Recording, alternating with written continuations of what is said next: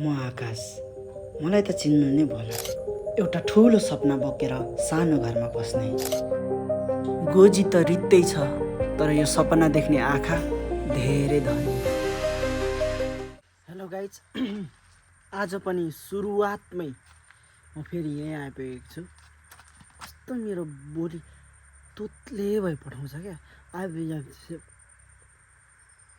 आइपुगेको छु।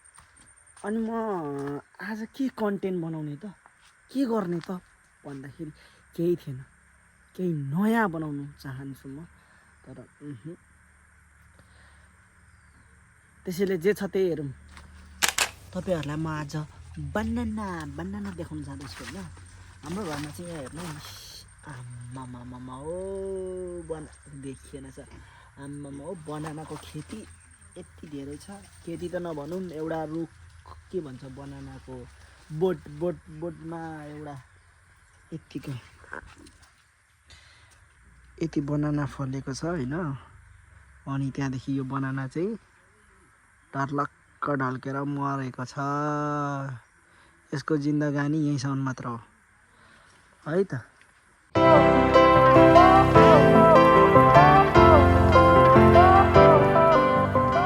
यो चाहिँ हाम्रो खेतबारी भनौँ। यहाँदेखि उतापट्टि अलिकति छ। यहाँ चाहिँ सागसब्जी केही नरोप्ने अरे मम्मीले भनेको। यहाँ चाहिँ सिर्फ चारो, सुँगुरको चारो बाहेक केही नरोप्ने भनेर माने मात्र छ यहाँ चाहिँ है। अरू केही छैन। यहाँ बल्ल यहाँ यति चाहिँ मम्मीले अदुवा हो कि के हो यसलाई, अदुवै होला, अदुवा रोप्नु भएको। त्यहाँदेखि उता सबै चारो त्यो त झन् खत्तमै छ जग्गा। अनि हाम्रो घरमा चाहिँ एउटा सुँगुर छ। त्यो सुँगुर चाहिँ मम्मीले पाल्नु भएको। खुवाउनुहुन्छ 20,000को जति, बेच्नुहुन्छ 15,000मा, किन्नुहुन्छ 7,000मा। हाम्रो मम्मी एकदम बुद्धिमानी हुनुहुन्छ। मम्मीले एकदम मेहनत गरेर चारो ल्याइ खुवाउनुहुन्छ, ओर्नुहुन्छ होइन। अनि सुँगुर पनि त्यही अनुसारले पुड्को हुन्छ, बढ्दैन। त्यही अनुसारले कस्तो मजाले है खुवाएको अनुसारले हुरुक हरक भएर हाम्रो सुँगुर बढ्दैन। ओ आम्मामामा हेर्नु न यसको हालत के हो यो। ऊ चाहिँ एकदम धेरै काम गर्छ। हामीले खानेकुराहरू ल्यायौँ भने एकछिन खान्छ अनि काम गर्न थाल्छ। ऊ खोदाल्नु थाल्छ। ऊ त यहीँ बारीहरू बनाउनु थाल्छ, ओछ्यानहरू होइन, सबै हिलो बनाउनु थाल्छ। उसले धेरै काम गर्छ। त्यही कारणले ऊ बढ्न पाउँदैन। ऊ यति मेहनती छ। यो घरमा नि एकछिन ल, यो घरमा जति पनि सुँगुरहरू ल्याउनुहुन्छ नि मम्मीले, एकदम काम गर्ने सुँगुरहरू ल्याउनुहुन्छ।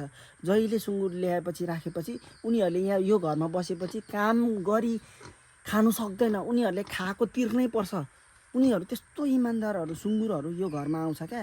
यो घरमा आएपछि आफै इमान्दार हुन थाल्छ। उनीहरूले खाएको जति चाहिँ काम गरेरै तिर्छ।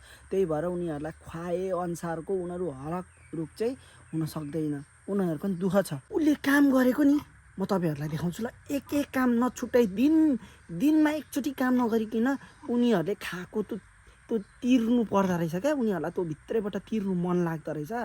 खाएको के भन्छ नि, काम नगरिकन खाएको भनेको एकदम के भन्छ नि, पाप लाग्दो भन्छ नि। त्यो काम गरेर मात्र खानुपर्छ भन्ने उनीहरूको मेन्टली छ क्या हाम्रो घरमा आउने सुँगुरहरूको। अनि त्यही भएर उनीहरूले चाहिँ दिनमा एउटा काम गरेकै हुन्छ। उनीहरूलाई चाहिँ हामीले सिमेन्टले पुरा के भन्छ लगाएर बनाइदिएको हो खास चाहिँ। अनि उनीहरूले काम गरेको यो यहाँ खेतबारी सबै बनाएको छ। अब कुन दिन सब्जीहरू रोप्छ होला।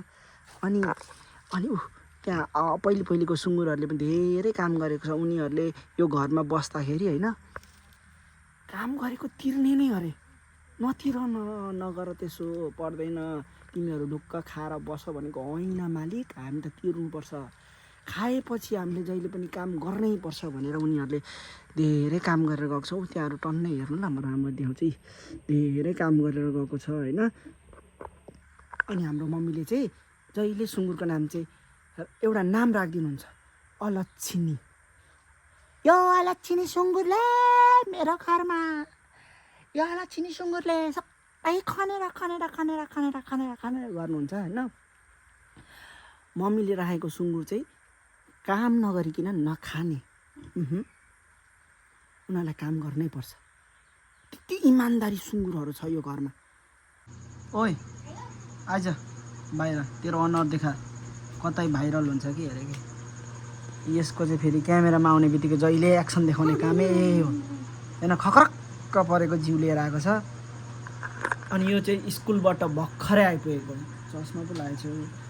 टिचर जस्तो देखिन्छ होला है, अब के भन्ने पढाउनु त सक्दैन नानीहरूलाई, त्यही भएर चस्मा मात्रै लाएर हिँड्छु। ल गर्ने